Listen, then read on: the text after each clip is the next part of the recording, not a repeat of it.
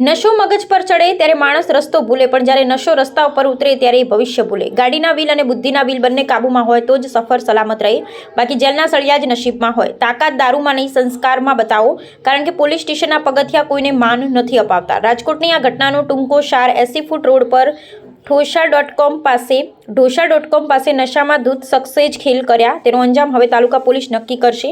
નશો ઉતરશે ત્યારે અહેસાસ થશે કે રસ્તા પર ગાડી ચલાવવી અને કાયદો હાથમાં લેવો એ બંને કેટલો મોટો તફાવત છે.